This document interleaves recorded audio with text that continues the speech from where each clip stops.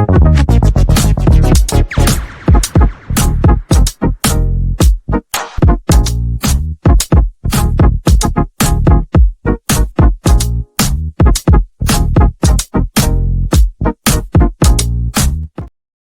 everybody, and welcome back to the West Ham Network. My name is Anton, bringing you a little bit of an update.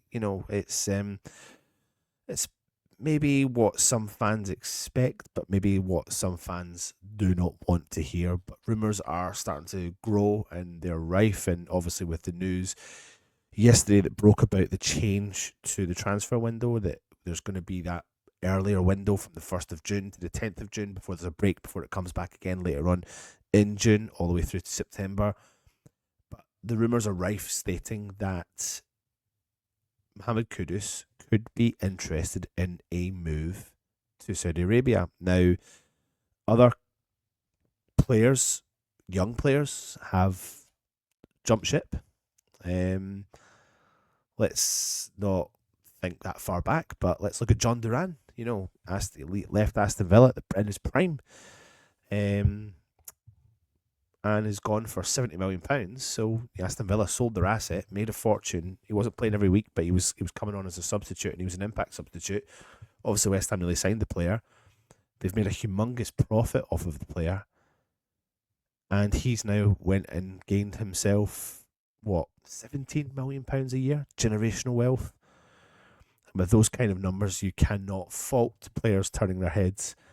And according to reports, in particular from GiveMeSport.com, they're suggesting that the next player to potentially turn his head and look at a move to Saudi Arabia is Mohamed Kudus. Now, Give Me Sport have came out and said that he's on course to be handed an opportunity to complete a big money move away from the London Stadium, as Al Nassr are preparing to lodge an offer when the transfer window reopens. Now, we all know West Ham's history of allowing players to leave the club, usually because we don't make profits off of players. But in recent years, with Declan Rice leaving the club, selling him for £105 million, making big profits there, then potentially leaving Kudus go, who has had a torrid year at West Ham.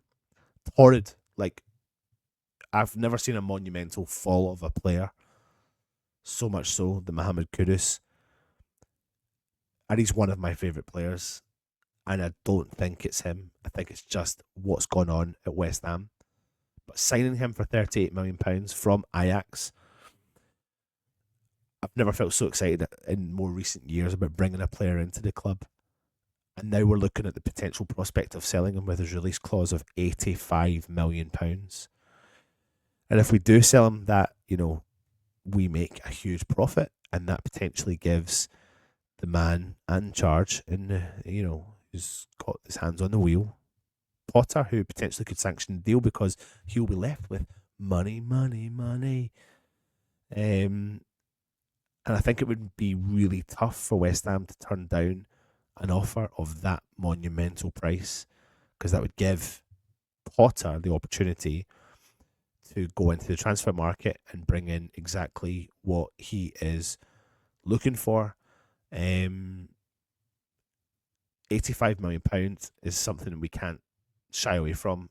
Now, it wasn't that long ago that Al Nassr bid over £80 million for Mitoma from Brighton. And Brighton were not willing to cash in on Mitoma. And I like that. And I think that's the right way to be. And I would love to think that West Ham could look at a player of Kudus' talent, because let's not beat about the bush. No matter he's had a monumental fall off a cliff in terms of his performances for West Ham, he is still, in my eyes, world class. He really, really is a world class player. And I think he's been a victim of the issues that have gone on behind the scenes at West Ham, a victim of all the issues that have gone on in terms of the change of coaches, not the right recruitment.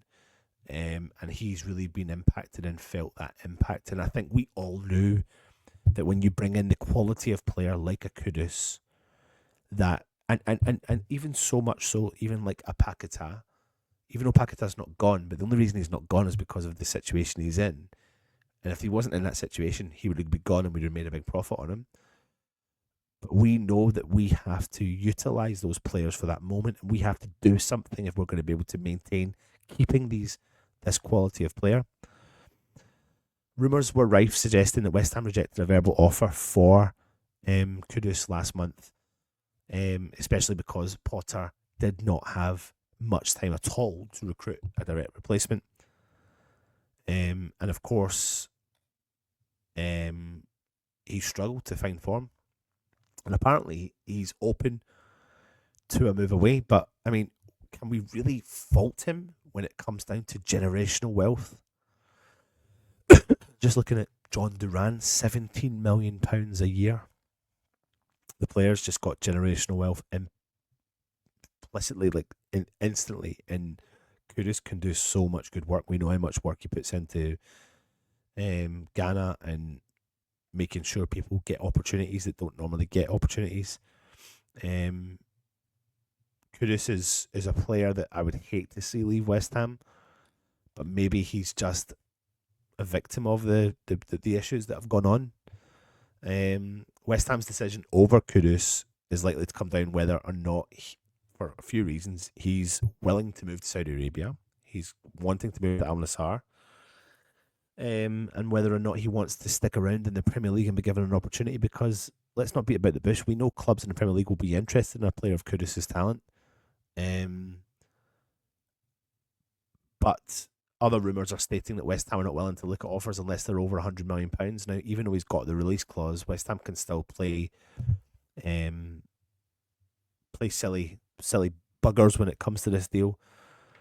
But the transfer window does open in the 1st of June, and there's a Club World Cup coming up, and all these clubs are interested in bringing in players and will want the best talent, and he is one of the best talents. No point in beating about the bush there. He is. And then, like I said, it could potentially offer West Ham an opportunity to go and strengthen the squad with the man in charge, who is Potter. Provide him with some much needed funds to be able to go into the market and bring in exactly what he is looking for. I really doubt that he doesn't want Kudus, but he may simply sanction the deal because he may think, I can't get the best out of him. Plus, if the player doesn't want to be here, then maybe he should go.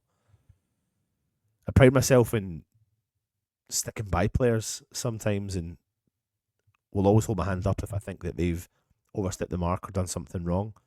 And I think Kudus does have an appreciation for West Ham. It just pains me to think that he joined us one season too late. Just imagine we'd had him for a couple of seasons before that.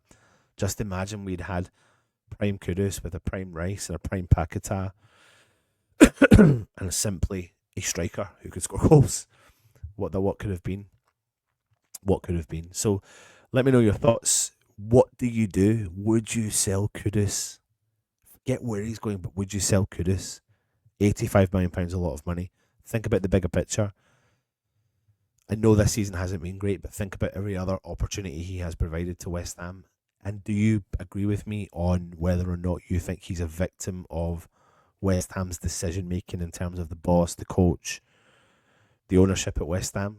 You let me know. But one thing for sure is I would be gutted if Kudus went. Freddie, my 9-year-old now, he's 9, would be gutted if he went. He's his favourite player. Yeah, it's to be determined what is going to happen. So watch this space. But rumours are rife saying that Saudi Arabia clubs are going to be sniffing around a player like Kudus' talent to bring him in. And they're going to certainly tempt West Ham with an offer. Let me know your thoughts. Hit the subscribe button, hit the thumbs up, leave a comment. Come on, you